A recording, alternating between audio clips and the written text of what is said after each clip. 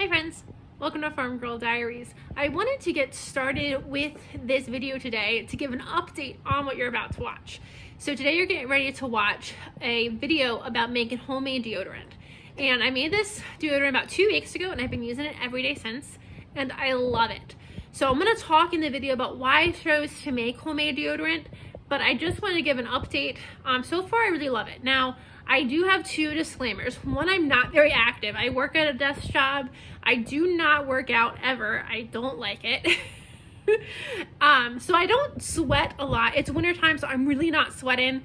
And it's not summertime. So I will say I do really like it. If I don't use deodorant on a daily basis, or if I don't use deodorant every day, you can obviously tell you don't use deodorant. You sweat and you stink. So I know that this deodorant is 100% working. I don't stink and I'm not sweating at all. I just don't know yet what it would be like until summertime when it's hot, when I'm actually sweating. So as of now, wintertime use, I love this stuff. It is fantastic.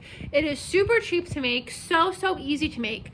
And this is 1000% what I'm gonna be using here on out. Now again, we'll see what happens in the summertime when I actually do things and make my body sweat. But right now, I'm loving this stuff. Hi friends, welcome back to Farm Girl Diaries. We're doing something a little bit different today that I've never done before, but it's been on my list to do for quite some time. So I thought I'd bring you guys along and we'll do it together. But we have to go down to the basement, to the herbal room, or to the herbal cabinet, and get some things. So to get the natural deodorant that we're gonna make started, I just have you need a double boiler. So I put some water in a pot and that is heating up on the stove. So while that's heating up, I wanna talk to you about one, why I'm making my own deodorant, and two, how I started this homesteading process. I've had a couple of conversations about it, so I thought let's just have one big conversation together. So first, I'm making my own deodorant. I'm not really up to date on what's good for you, what's not good for you. I really do tend to tune most of it out because I feel like at this point, everything in the world is bad for you. There is nothing that is good for you and everything is out to kill you. So I do tend to kind of ignore everything. But that's why I love this community. That's why I love YouTubers that I watch, and I've learned just a lot more. And so one of the things that recently came to my attention was aluminum. And aluminum is in a lot of things and has been known to cause cancer, or they believe it has a potential link to cancer. So when it comes to my baking powder, a lot of baking powder you buy from the store, like the main brands, have aluminum in it. You actually have to buy a brand that says it's aluminum free in order to not have that aluminum in it. So I've made that switch already, and I'm actually going to the natural store where I buy this baking powder at, and I'm literally buying it for all my friends and family. I'm like, I don't know if you can find aluminum free baking powder in the grocery store, so let's just, here's some aluminum free baking powder, have at it. But aluminum is also in deodorants. And the thing that really worries me with aluminum in deodorants is it's a potential link to breast cancer, number one. And two, you're putting it right on your lymph nodes. And that just seems like an awful idea. So I wanted to make my deodorant for a long time, and I just keep putting it off. And I guess, can attribute that to laziness. So today I decided you're not gonna be lazy, you're gonna make the deodorant. And it's actually super easy. It only requires a handful of ingredients, most of which you already have on hand. So I'm excited about how easy this is gonna be. Things that I'm thinking about. So I don't want aluminum in my products, and I don't want anything that is known to be a cancer-causing agent. But I also need, like, I sweat a lot and I stink, and I want to make sure that what I'm making actually works. I don't want to make something that doesn't have aluminum in it, and instead I have big pit stains and I smell from 3 blocks away. So this had really good reviews. I found online, I don't remember what blog I found it on, but I'll link that below, or I'll put that name here. But I'm excited to try it, and I'm gonna give you a couple weeks and then we're gonna see what I think of it. I'll make sure I do an update to this and I'll do my review of it. And again, this is also something that if I like it if it works for me. I do intend to make some and just like pass them out to my friends and family. Like, here, Merry Christmas, have some natural deodorant. So that's kind of how I get started on doing any of my skills. So I was talking to somebody recently, and we were just having this conversation. Like, I don't know how to get started in this whole thing. Like, you do so many things homemade. How do you do it? And it's all a matter of you start slowly and you learn one new skill at a time. So my first thing I started with mayonnaise. Once I finished my mayonnaise, I said, I'm never ever buying mayonnaise again. You can make it yourself so easily. It costs stupid money for what it is. It's $6 for a big jar, and it's egg and mustard and vinegar and salt. Like, it's not a lot of things. So I don't understand the $6 price point at that point. I guess maybe right now the price of eggs would justify that, but I bet the price of mayo has also gone up as well. And in the mayo you're buying from the store, it has just unhealthy oils and unhealthy fats, and it's just, again, not good for you. Even the ones that stay heart healthy, not good for you. So I started with mayonnaise, and then I kind of just slowly, over the course of the last 2 years especially, really made a point to pick an item, and that's, I'm never buying it again. I'm gonna make it, and I do. And it's one of those things you kind of almost trick yourself into making. So like, when I first started the mayonnaise, when I first decided I wasn't gonna make mayonnaise anymore, I wasn't gonna buy mayonnaise anymore, I was gonna make it.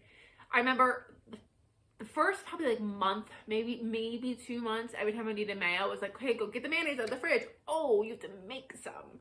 Oh, it's a pain.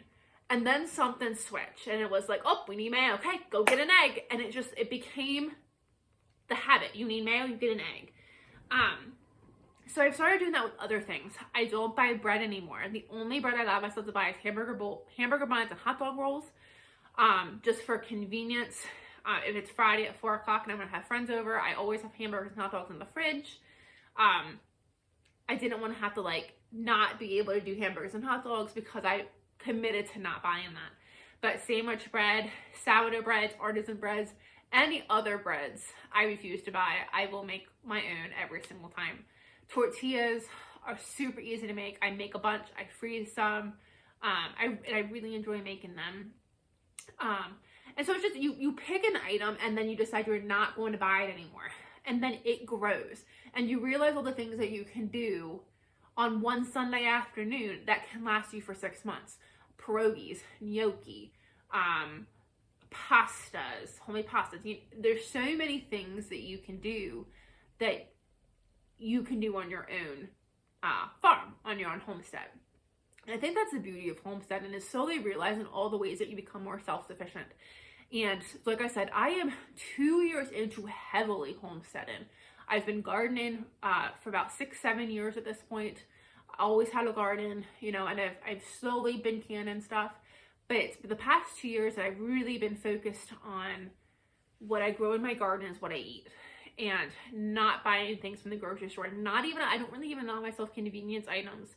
But there's such a pure joy out of that. It has been...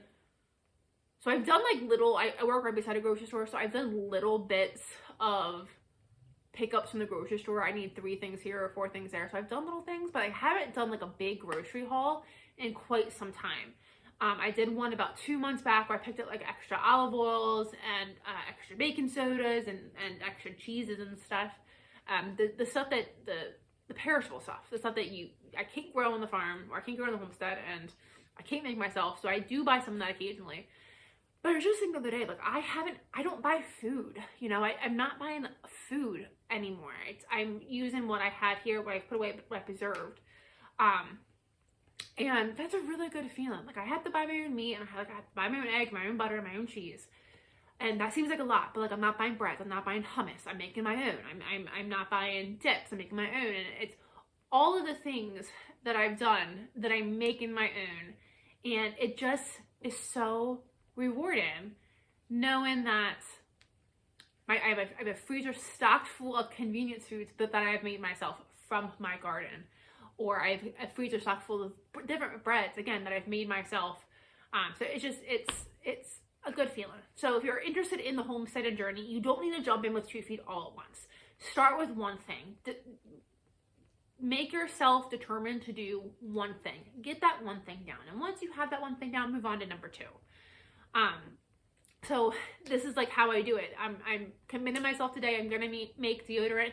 I'm not gonna buy any more deodorant. I believe I have some more upstairs. I always have extra. I don't ever let myself run out of anything. So I'm pretty sure I have a couple packs of deodorant upstairs that I'm gonna donate or throw away. I'm not even sure if I feel good about donating it. But this is not something that I'm committed myself. I'm not buying deodorant anymore. I'm gonna make my own.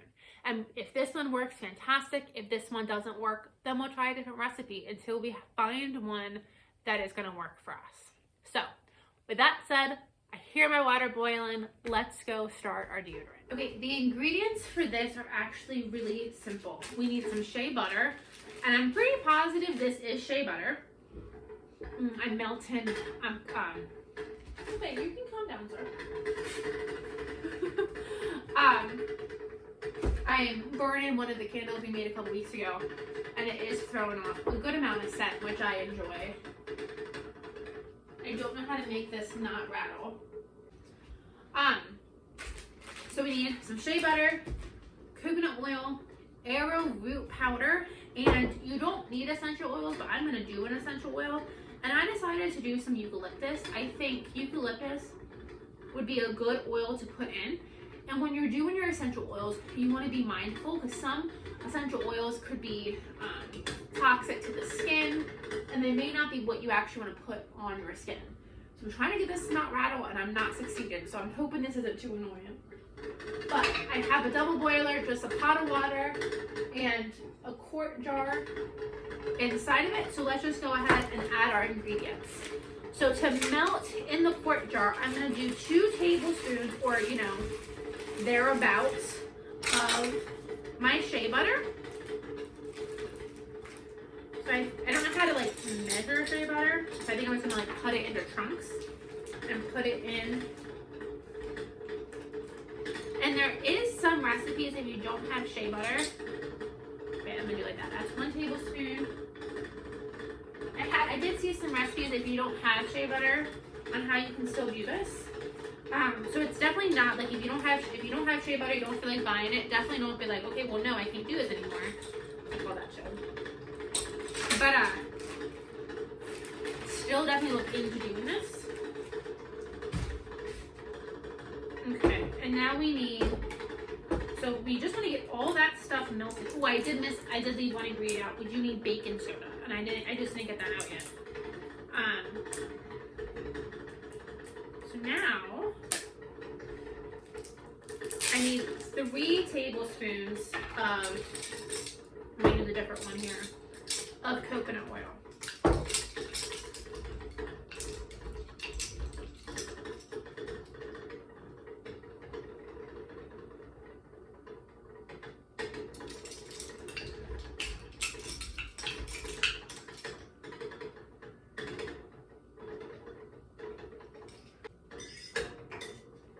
I will be honest, I'm already thinking about doubling this recipe. Every part of me wants to because I don't feel like it's going to make that much. However, I don't know that I'm going to like this recipe. I want to make sure that this recipe is going to work for me before I make it. So I'm going to start with just 1 and then we'll go from there. I also think I'm going to put it in this container. I was going to put it in a glass jelly jar, but I have this container and I think it might be the perfect amount maybe. So I think I'm gonna put it in here, let it cool first, and then put it in here. The thing to remember with this deodorant, especially because it is an oil, that it will melt. So summertime, if you want to take it camping in 90-degree weather, I don't think it's not gonna fare well. So I don't know what to do in those instances. So other than maybe you keep your deodorant in the cooler. So we have it. I'm not crossing that bridge yet. If anyone has any ideas, let me know. But for now, this is a winter deodorant or an under melting temperature deodorant. Okay, all of this is melted. So let's take this out of the pot. I'm going to remove it from the heat. And it said to use a quart jar. We did not need to use a quart jar. We definitely did need to use a quart jar, but that is what it said, so that is what I did. Next to this, we're gonna add 2, so you need to remove it from the heat first. I'm not sure why that matters. I'm gonna do 2 tablespoons of baking soda. And then 2 tablespoons of arrowroot powder.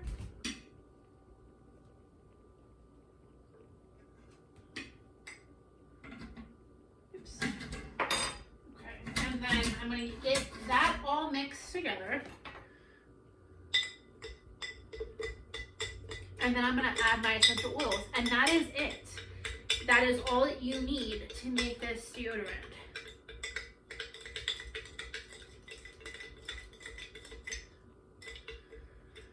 So the idea is, it's not gonna, you can pour it into an old deodorant container so you can have the roll on, but I think the idea is you're gonna like put your fingers in and then rub it on, and I think you have to like let it dry. So I think you might have to walk around like a bird for a little bit while it dries.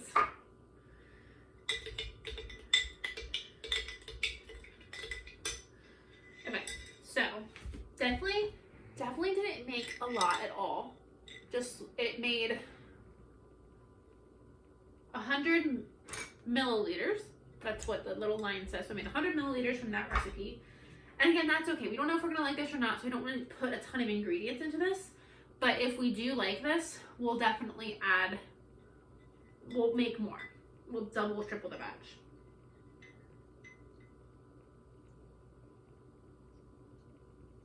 Okay, I added 10 drops of eucalyptus. I never know if that's enough or not. I really don't know.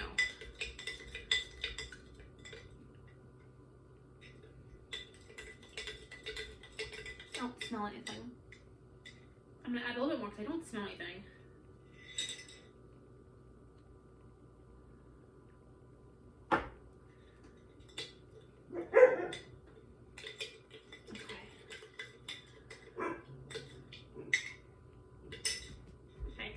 Something now, but I'm smelling a lot of arrowroot and baking soda, so I don't know. Okay.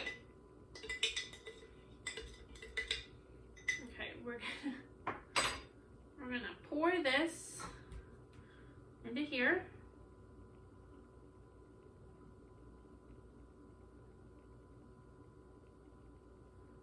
Oh, I am so good. That filled up my container. Okay, so I'm just gonna put him, I think I'm actually gonna put him over here. He's out of the way when I make dinner. Put the lid over there. And I'm just gonna let that set up. It'll take a couple hours to harden. You can put it in the fridge if you're in a hurry, but I'm not in a hurry, so I'm just gonna let that sit there and set up. I'll show you what it looks like when it's all set up, and then I'll give you guys an update in a few weeks with my thoughts on, do I like this one? Would I do something different? Or if we're gonna do it the exact same way next time. So thank you guys for joining me, and I'll see you guys on the next video. Who knows what we'll be making next.